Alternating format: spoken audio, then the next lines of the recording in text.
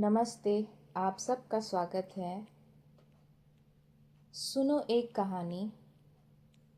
इस श्रृंखला में आज की कहानी है मुंशी प्रेमचंद जी द्वारा रचित कहानी त्यागपत्र। इसका उर्दू शीर्षक है इस्तीफा। ये कहानी अंग्रेजी शासनकाल की है। जैसा कि हमें पता है, मुंशी प्रेमचंद जी यथार्थवादी लेखक और उपन्यासकार, गद्यकार थे। उन्होंने जो यथार्थ देखा वही अपनी रचनाओं में उन्होंने पिरो दिया। तो अंग्रेजी शासनकाल में फतेहचंद नाम का एक व्यक्ति, जो एक बड़े अफसर, अंग्रेजी अफसर के यहाँ क्लर्क के रूप में काम करता था, उसका परिवार काफ़ी बड़ा था। उसके लालन पालन की, पालन पोषण की जिम्मेदारी फतेहचंद के ऊपर ही थी। जिस अफसर के यहाँ ये काम करता था, वो अफसर समय बेसमय फतेहचंद जी को डांट लगाते थे, प्रताड़ित करते थे। ये कहानी हमें बताती है कि चाहे कितनी ही मजबूरी क्यों न हो, कितने ही बड़े परिवार का पालन पोषण क्यों न करना पड़े, लेकिन आत्मसम्मान और स्वाभिमान सबसे ऊपर होता है। तो आज इस कहानी के माध्यम से हम ये सीखने का प्रयास करेंगे कि मजबूरी चाहे कितनी भी बड़ी क्यों न हो, लेकिन आत्मसम्मान को ठेस नहीं लगनी चाहिए। तो लीजिए, प्रस्तुत है आप सबके लिए कहानी का शीर्षक है त्यागपत्र। दफ्तर का बाबू एक बेजबान जीव है। मजदूरों को आंख दिखाओ तो उसके माथे पर बल पड़ जाते हैं। कूली को डांट लगाओ तो अपने सिर का बोझ फेंक कर वह अपनी राह ले लेता है। किसी भिखारी को दुत्कारो तो वो गुस्से से आपकी ओर देखेगा और चला जाएगा।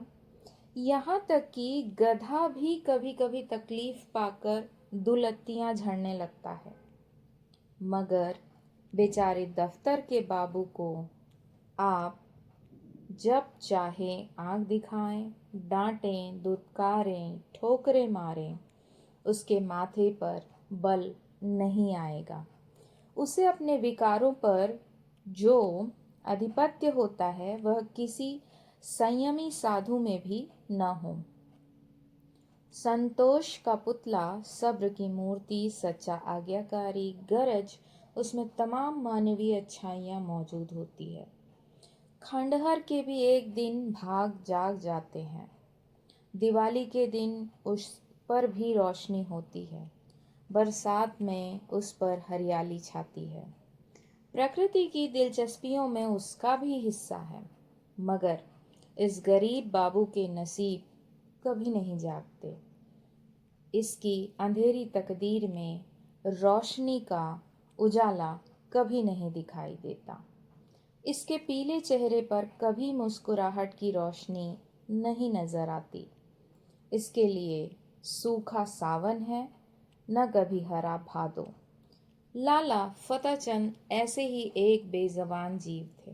कहते हैं मनुष्य पर उसके नाम का भी असर पड़ता है। फतेहचंद की दशा में यह बात यथार्थ सिद्ध न हो सकी। यदि उन्हें हारचंद कहा जाए तो कदाचित यह अतिशयोक्ति न होगी। दफ्तर में हार, जिंदगी में हार, मित्रों में हार, जीवन में उनके लिए चारों ओर निराशाएं ही थी। लड़का एक भी नहीं, लड़कियां 3, भाई एक भी नहीं, भौजाई 2, गांठ में कौड़ी नहीं, मगर दिल में आया और मुरव्वत सच्चा मित्र एक भी नहीं। जिससे मित्रता हुई उसने धोखा दिया। इस पर तंदुरुस्ती भी अच्छी नहीं। 32 साल की अवस्था में बाल खिचड़ी हो गए थे। आंखों में ज्योति नहीं, हाजमा चौपट, चेहरा पीला, गाल पिचके हुए, कमर झुकी हुई, न दिल में हिम्मत, न कलेजे में ताकत। 9 बजे दफ्तर जाते और 6 बजे शाम को लौट कर घर आते। फिर घर से बाहर निकलने की हिम्मत न पड़ती। दुनिया में क्या होता है इसकी उन्हें बिल्कुल खबर नहीं थी।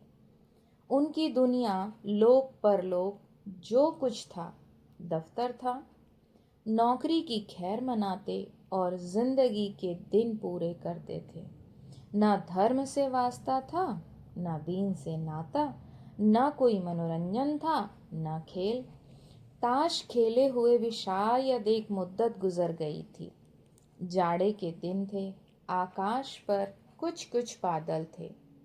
फतेहचंद 5:30 बजे दफ्तर से लौटे तो चिराग जल गए थे।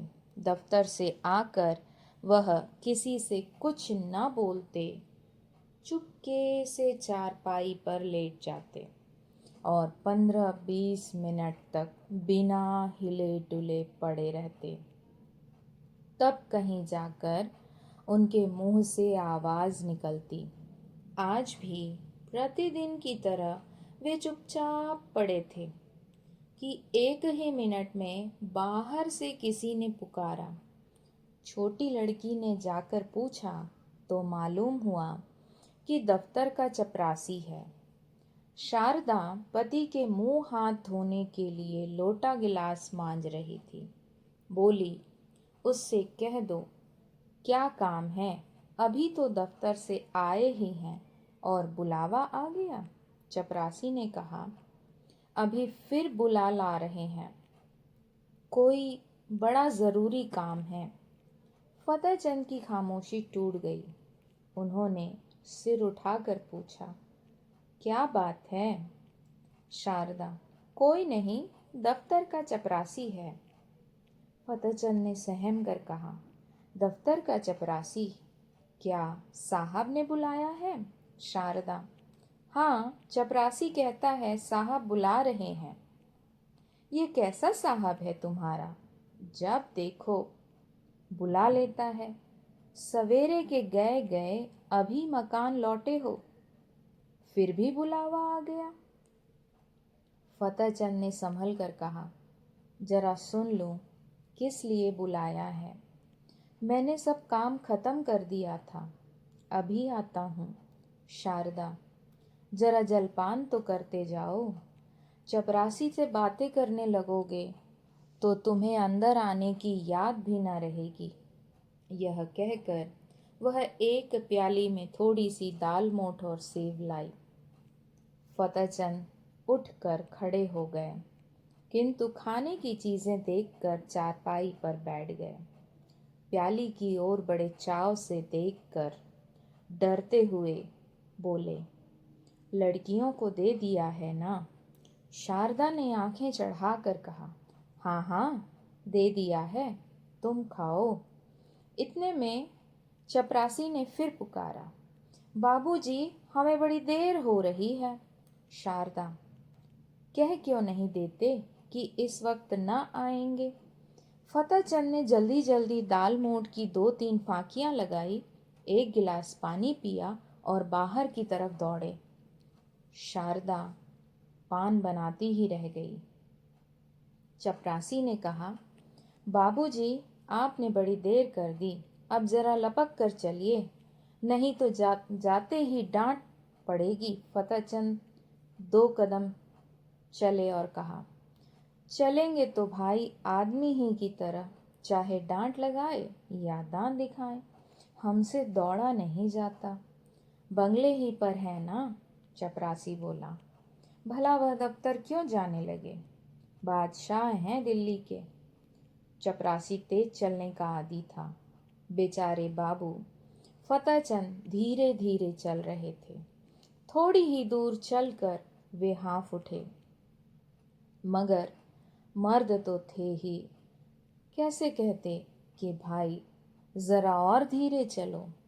हिम्मत करके कदम उठाते जाते, यहाँ तक कि जांघों में दर्द होने लगा और आधा रास्ता खत्म होते होते पैरों ने उठने से इनकार कर दिया।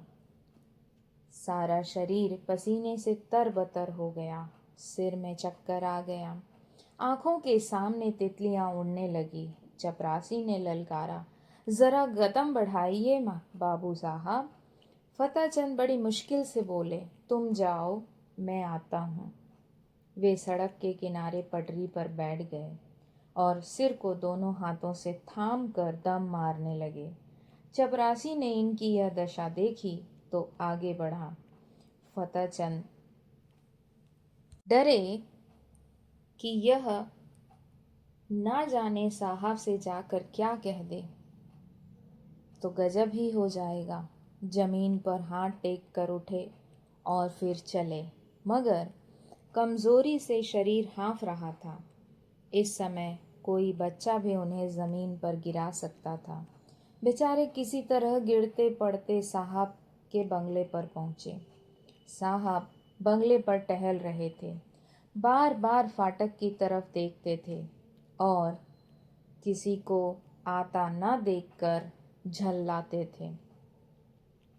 चपरासी को देखते ही आंखें निकाल कर बोले, इतनी देर कहाँ था रे? चपरासी ने बरामदे की सीढ़ी पर खड़े खड़े कहा, हुजूर, जब वह आए तब तो मैं दौड़ा चला आ रहा हूँ। साहब ने पैर पटक कर कहा, बाबू क्या बोला? चपरासी, आ रहे हैं हुजूर, घंटा भर में तो घर में से निकले। इतने में फतेहचंद अहाते के तार के अंदर से निकलकर वहां आ पहुंचे और साहब को सिर झुकाकर सलाम किया। साहब ने कड़क कर कहा, अब तक कहाँ था? फतेहचंद ने साहब का तमतमाया चेहरा देखा तो उनका खून सूख गया। बोले, हुजूर, अभी अभी तो दफ्तर से गया हूँ। ज्यों ही चपरासी ने आवाज दी, हाजिर हुआ। साहब, झूठ बोलता है, हम घंटे भर से खड़ा है।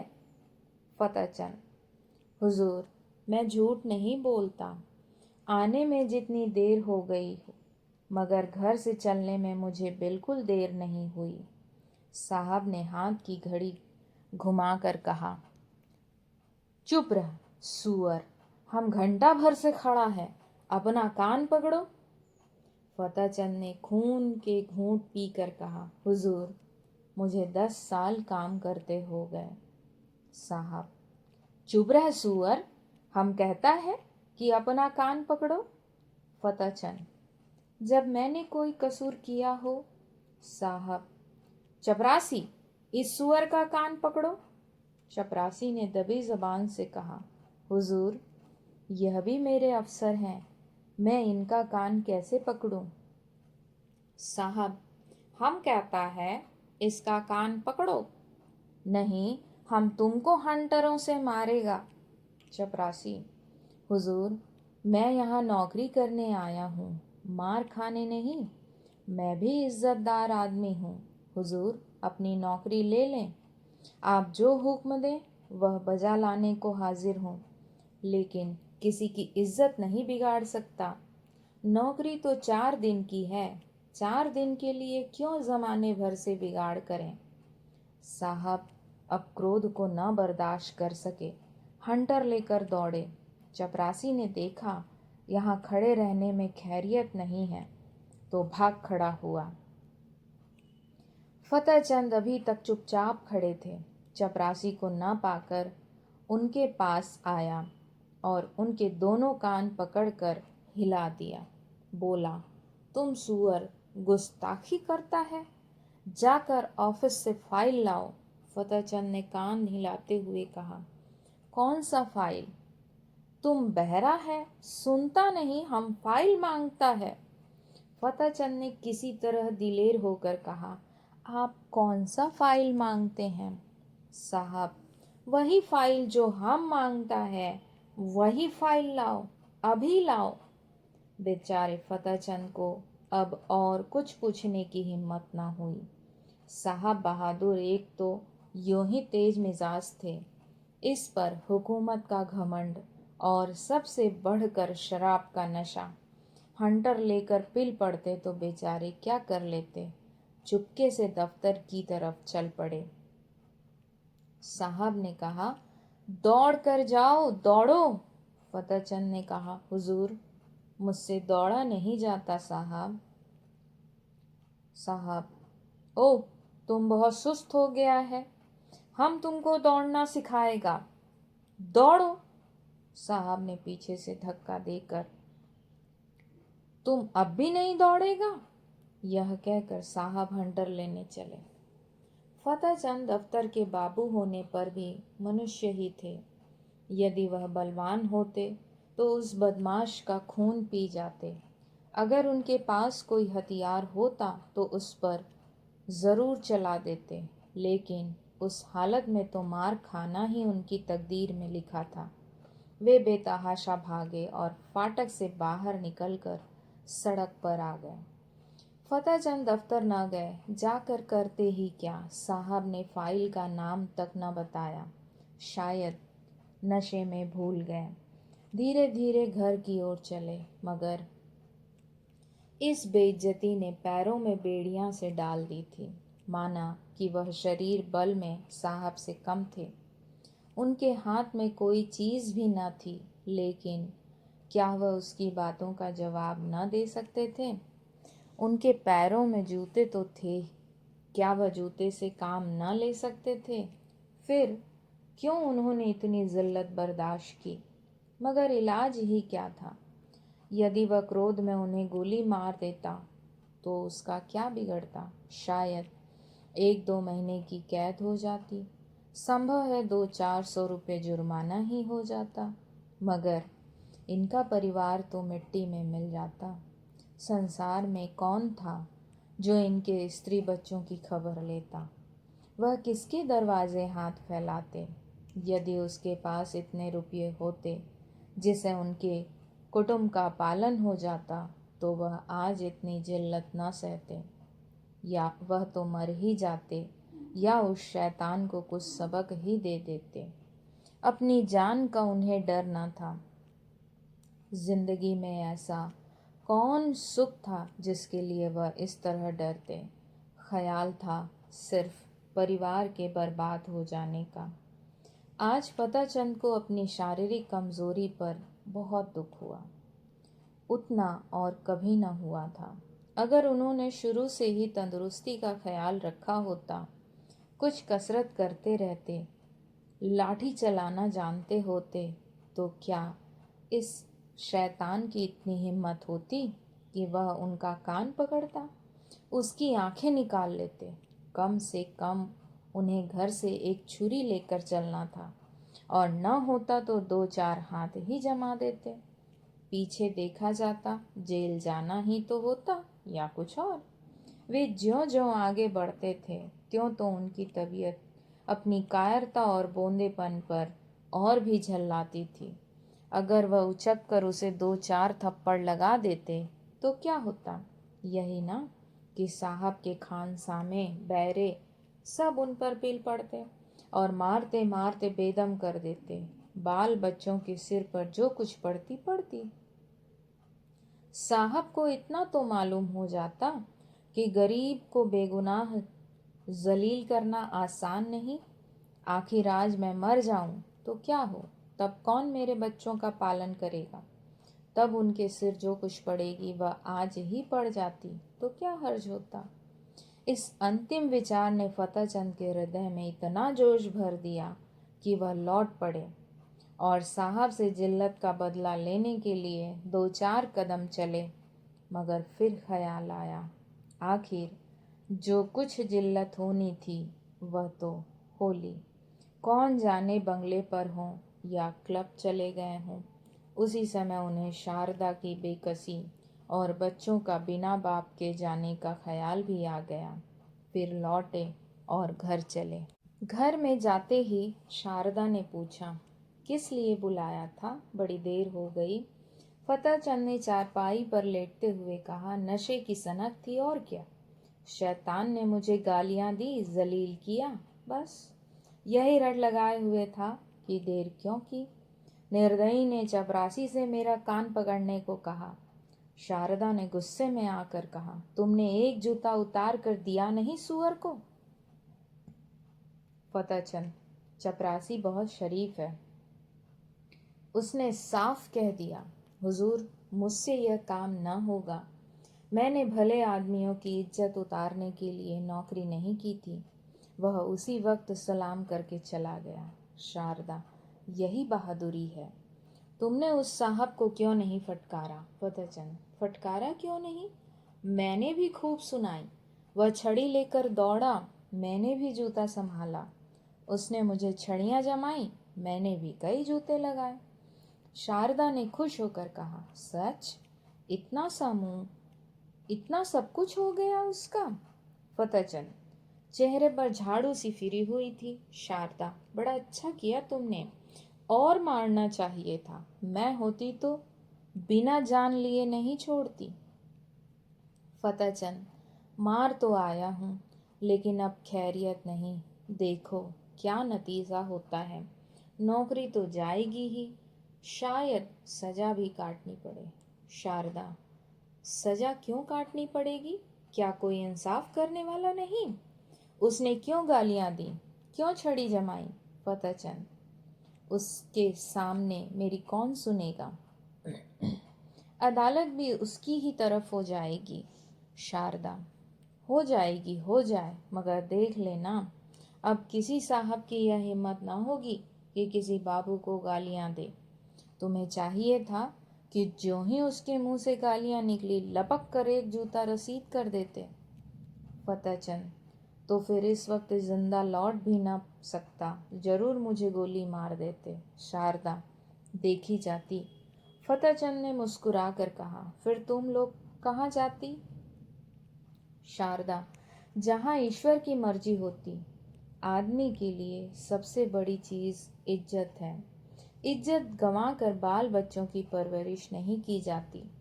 तुम उस शैतान को मार कर आए होते तो मैं जरूर से फूली नहीं समाती। मार खाकर उठते तो शायद मैं तुम्हारी सूरत से भी घृणा करती। यूं जबान से चाहे कुछ न कहती, मगर दिल से तुम्हारी इज्जत जाती रहती। अब जो खुद सिर पर आएगी, खुशी से झेल लूंगी। कहाँ जाते हो? सुनो सुनो, कहाँ जाते हो? फतेहचंद दीवाने होकर जोश में घर से निकल पड़े। शारदा पुकारती रह गई। वह फिर साहब के बंगले की तरफ जा रहे थे, डर से सहमे हुए नहीं, बल्कि गरूर से गर्दन उठाए हुए। पक्का इरादा उनके चेहरे से झलक रहा था। उनके पैरों में वह कमजोरी, आंखों में वह बेकसी न थी। उनकी काया पलट सी हो गई थी। वह कमजोर बदन, पीला मुखड़ा, दुर्बल बदन वाला दफ्तर के बाबू की जगह अब मर्दाना चेहरा, हिम्मत से भरा हुआ, मजबूत, गठा और जवान था। उन्होंने पहले एक दोस्त के घर जाकर उससे डंडा लिया और अकड़ते हुए साहब के बंगले पर जा पहुंचे। इस वक्त 9 बजे थे। साहब खाने की मेज पर थे, मगर फतेहचंद ने आज उनके मेज पर से उठ जाने का इंतजार न किया। खानसामा कमरे से बाहर निकला और वह चीख उठा। वे अंदर गए। कमरा प्रकाश से जगमगा रहा था। जमीन पर ऐसी कालीन बिछी हुई थी जैसी फतेहचंद की शादी में भी नहीं बिछी होगी। साहब बहादुर ने उनकी तरफ क्रोधित दृष्टि से देखकर कहा, तुम क्यों आए हो? बाहर जाओ, क्यों अंदर चले आए? फतेहचंद ने खड़े खड़े डंडा संभाल कर कहा, तुमने मुझसे अभी फाइल मांगा था, वही फाइल लेकर आया हूँ। खाना खा लो तो दिखाऊं। तब तक मैं बैठा हूँ, इत्मीनान से खाओ। शायद वह तुम्हारा आखिरी खाना होगा, इसी कारण खूब पेट भर कर खा लो। साहब सन्नाटे में आ गए। फतेहचंद की तरफ डर और क्रोध की दृष्टि से देखकर कांप उठे। फतेहचंद के चेहरे पर पक्का इरादा झलक रहा था। साहब समझ गए, यह मनुष्य इस समय मरने मारने के लिए तैयार होकर आया है। ताकत में फतेहचंद उनसे बहुत कम था, लेकिन यह निश्चय था कि वह ईंट का जवाब पत्थर से नहीं बल्कि लोहे से देने को तैयार है। यदि वह फतेहचंद को बुरा भला कहते तो यह आश्चर्य नहीं कि वह डंडा लेकर पिल पड़े। हाथापाई करने में यद्यपि उन्हें जीतने में जरा भी संदेह नहीं था, लेकिन बैठे बैठाए डंडे खाना भी तो कोई बुद्धिमानी नहीं है। कुत्ते को आप डंडे से मारिए, ठुकराइए, जो चाहे कीजिए, मगर उसी समय तक जब तक वह गुर्राता नहीं। एक बार गुर्राने का दौरा पड़े तो फिर देखें आपकी हिम्मत कहाँ जाती है। यही हाल उस वक्त साहब बहादुर का था। जब तक यकीन था कि फतेहचंद घुड़की, गाली, हंटर, ठोकर सब कुछ खामोशी से सह लेगा, तब तक आप शेर थे। अब वह त्योरियां बदले, डंडा संभाले, बिल्ली की तरह घात लगाए खड़ा है। जबान से कोई कड़ा शब्द निकला और उसने डंडा चलाया। वह अधिक से अधिक उसे बर्खास्त कर सकते हैं। अगर मारते हैं तो मार खाने का भी डर है। उस पर फौजदारी में मुकदमा दायर हो जाने का अंदेशा। माना कि वह अपने प्रभाव और ताकत से जेल में डलवा देंगे, परंतु परेशानी और बदनामी से किसी तरह न बच सकते थे। एक बुद्धिमान और दूरंदेश आदमी की तरह उन्होंने यह कहा, ओहो, हम समझ गया, आप हमसे नाराज हैं। हमने क्या आपको कुछ कहा है? आप क्यों हमसे नाराज हैं? फतेहचंद ने तन कर कहा, तुमने अभी आधा घंटा पहले मेरे कान पकड़े थे और मुझसे सैकड़ों ऊल जरूल बातें कही थी। क्या इतनी जल्दी भूल गए? साहब, मैंने आपका कान पकड़ा, हा हा हा हा हा। क्या मजाक है? क्या मैं पागल हूँ? फतेहचंद, तो क्या मैं झूठ बोल रहा हूँ? चपरासी गवाह है, आपके नौकर चाकर भी देख रहे थे। साहब बोले, कब की बात है? फतेहचंद, अभी अभी कोई आधा घंटा हुआ। आपने मुझे बुलवाया था और बिना कारण मेरे कान पकड़े और धक्के दिए। साहब, ओ बाबूजी, उस वक्त हम नशा में था। बैरा ने हमको बहुत दे दिया था। हमको कुछ खबर नहीं क्या हुआ। माय गॉड, हमको कुछ खबर नहीं। फतेहचंद, नशा में अगर तुमने गोली मार दी होती तो क्या मैं मर ना जाता? अगर तुम्हें नशा था और नशा में सब कुछ माफ है, तो मैं भी नशे में हूँ। सुनो मेरा फैसला, या तो अपने कान पकड़ो कि फिर कभी किसी भले आदमी के संग ऐसा बर्ताव न करोगे, या मैं आकर तुम्हारे कान पकड़ूंगा। समझ गए कि नहीं? इधर उधर हिलो नहीं। तुमने जगह छोड़ी और मैंने डंडा चलाया। फिर खोपड़ी टूट जाए तो मेरी खता नहीं। मैं जो कुछ कहता हूँ वह करते चलो। पकड़ो कान। साहब ने बनावटी हंसी हंसकर कहा, वेल बाबूजी, आप बहुत दिल लगी करता है। अगर हमने आपको बुरा बात कहता तो हम आपसे माफी मांगता है। फतेहचंद डंडा तौल कर, नहीं नहीं, कान पकड़ो। साहब आसानी से इतनी जिल्लत न सह सके, लपक कर उठे और चाहा कि फतेहचंद के हाथ से लकड़ी छीन ले, लेकिन फतेहचंद सतर्क थे। साहब मेज पर से उठने न पाए थे कि उन्होंने डंडे का भरपूर और नपा तुला हुआ हाथ चलाया। साहब तो नंगे सिर थे ही, चोट सिर पर पड़ गई, खोपड़ी भन्ना गई। 1 मिनट तक सिर को पकड़े रहने के बाद बोले, हम तुमको बर्खास्त कर देगा।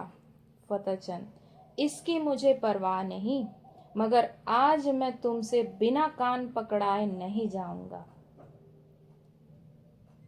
कान पकड़कर वादा करो कि फिर किसी भले आदमी के साथ ऐसी बेअदबी ना करोगे, नहीं तो मेरा दूसरा हाथ पड़ना ही है।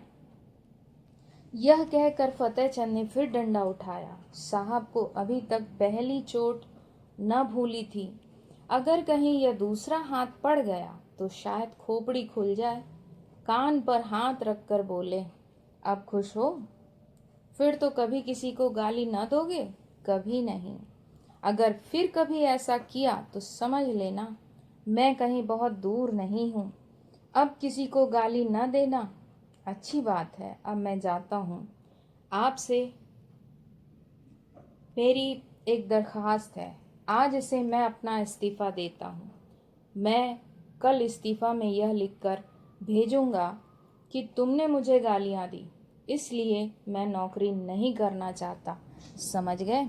साहब, आप इस्तीफ़ा क्यों देता है? हम तो बर्खास्त नहीं करता तुमको। फतेहचंद, अब तुम जैसे पाजी आदमी की मताहती नहीं करूँगा।